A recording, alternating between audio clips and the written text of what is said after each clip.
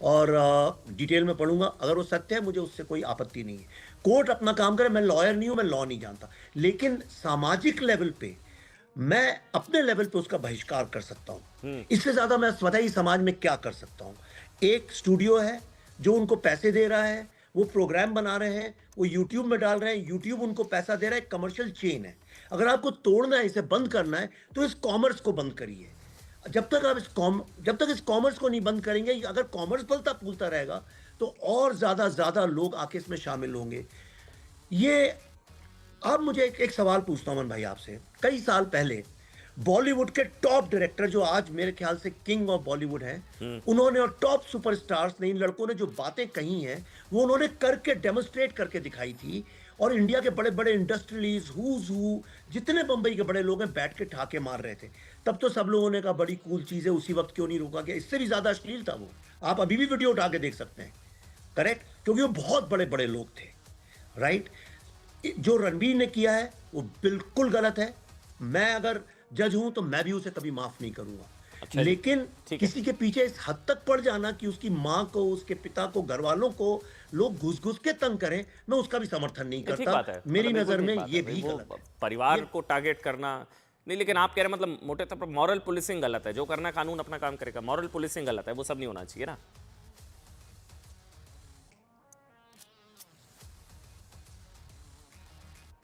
नहीं, मैं moral policing के भी अगेंस्ट नहीं। देखिए, समाज, ये एक सामाजिक विषय है। समाज कितनी छूट देता है लोगों को, धीरे धीरे धीरे चीजें बड़ी होती हैं। लेकिन आप किसी को जाके मारना, धमकी देना, मार डाल, उसके माँ के घर के क्लिनिक में घुसना। रणबीर अलाहाबादिया को अगर मेरे आप व्यक्तिगत विचार पूछे, रणबीर अलाहाबादिया जिस तरह के पॉडकास्ट करता है, उसके लिए ही पहले उसको बैन कर देना चाहिए। वो अंधविश्वास फैलाता है, वो टोने टुटके की बात करता है, वो हिंदू धर्म के नाम पे, अध्यात्म के नाम पे लोगों को एक पॉप कल्चर बेचने की कोशिश करता है। मैं उसी के सबसे पहले अगेंस्ट हूं। अच्छा जी। तो मैं तो, अगर मैं जज हूं, तो मैं पहले उसी को सबसे पहले कहूंगा ये सब बकवास बंद करो। गाली गलौज तो बाद में आती है। लेकिन अगर मैं, मेरी ये प्रिंसिपल है, तो मेरा ये भी प्रिंसिपल है कि उसके गुनाह की सजा आप उसकी मां को नहीं दे सकते हैं कि आप उनके क्लिनिक में ठीक घुस बात, के वैलिड उन्हें पॉइंट। धमकी दें, मारे। तो अगर कानून ने हाथ में ले लिया है, देखिए अमन भाई, आपको भी जब कैंसिल कर रहे थे, मैं आपके साथ खड़ा था। नहीं, मुझे याद है। मैं, मुझे जब लोग कैंसिल कर रहे थे, आप भी मेरे साथ खड़े थे। किसी को पूरी तरह से ध्वस्त करने का अधिकार, खत्म करने का, नष्ट करने का अधिकार मेरे ख्याल से तो फिर इस मुझे वायरस तो की नहीं वैक्सीन है, बताइए ना। किसी और को हो तो आपकी हो। आपकी एक फिल्म आई थी वैक्सीन स्टोरी, बहुत ही शानदार थी, मैं खुद आया था देखने, बहुत ही शानदार थी। तो फिर इस वायरस की वैक्सीन क्या है फिर? ये जो वायरस है, ये तो बहुत गंदा वायरस है, खतरनाक, भरा पड़ा है डिजिटल। इसकी वैक्सीन क्या है फिर? इसकी इसकी वैक्सीन ये है कि आप जो ये इसका इकोनॉमिक मॉडल है, इसको बंद करिए। यूट्यूब गाली गलौज, अंधविश्वास, भूत प्रेत, झूठ, नफरत, इन सब चीज का बोरी भर भर के पैसा देता है, जिसके पीछे सभी भाग रहे हैं। आप मुझे बताइए कौन नहीं भाग रहा है इसके पीछे? हदें अलग अलग हैं, लिमिट्स अलग अलग हैं, पर कर सब रहे हैं। काइंड में हर कोई उसी में लगा हुआ है। आपने पॉडकास्ट सुने हैं? आप सुनिए तो एक बार। आप भोजपुरी गाने देखिए किस तरह के वहां पे आते हैं। शर्म से आपका, मतलब ये तो कुछ भी नहीं है, शर्म से सर नीचे हो जाएगा। हम्म। तो जो सामने आ गया वो पकड़ लिया गया।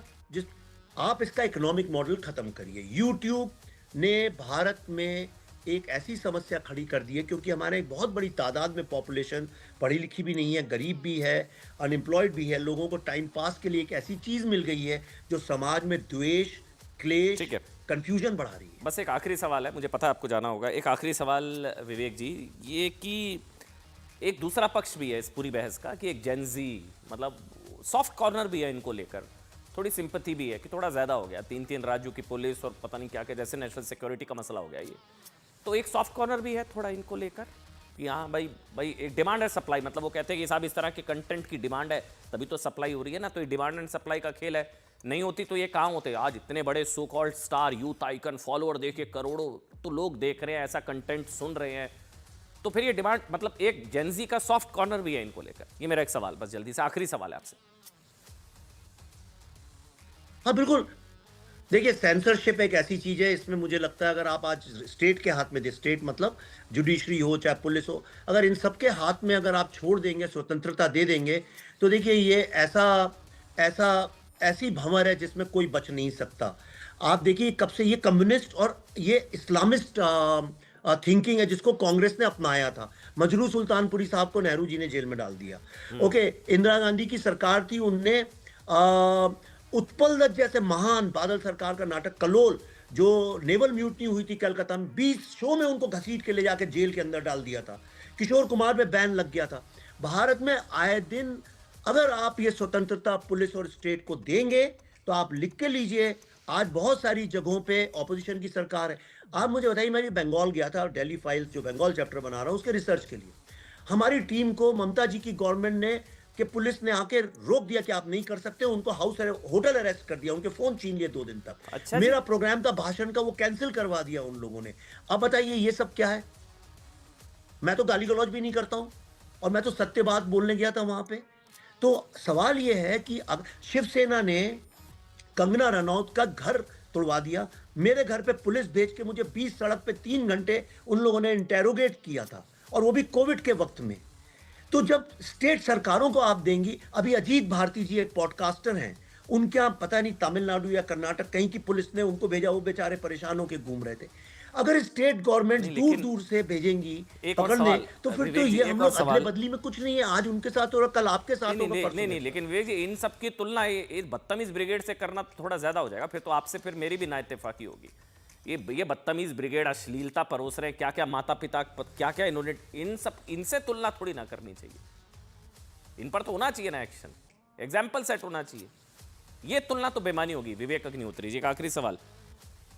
तो मैं कह रहा हूं, मैं बिल्कुल नहीं करता हूं, बहुत ही अभद्र बात की है रणवीर अलाहाबादिया ने। इतने मैं, अच्छा एक बात और अमन जी आपके प्रोग्राम के मार्फत से कहना चाहता हूं, मैंने बहुत दुनिया घूमी है, इतनी दुनिया घूमी है मैं आपको बता नहीं सकता हूं।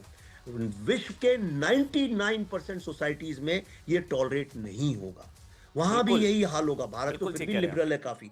अमेरिका जैसी कंट्री में चूंकि उनके फ्री स्पीच के लॉज इतने स्ट्रिक्ट हैं कि आप किसी को कुछ कह नहीं सकते, इसलिए वहां बच जाएंगे, वरना दुनिया की 90% कम्युनिटीज में इसको कोई टॉलरेट नहीं करेगा। ये यानी बिना मतलब की बात है, यानी इसका कोई मीनिंग ही नहीं है, बकवास करना है। तो मैं इसका बिल्कुल समर्थन नहीं ठीक है, करता हूं।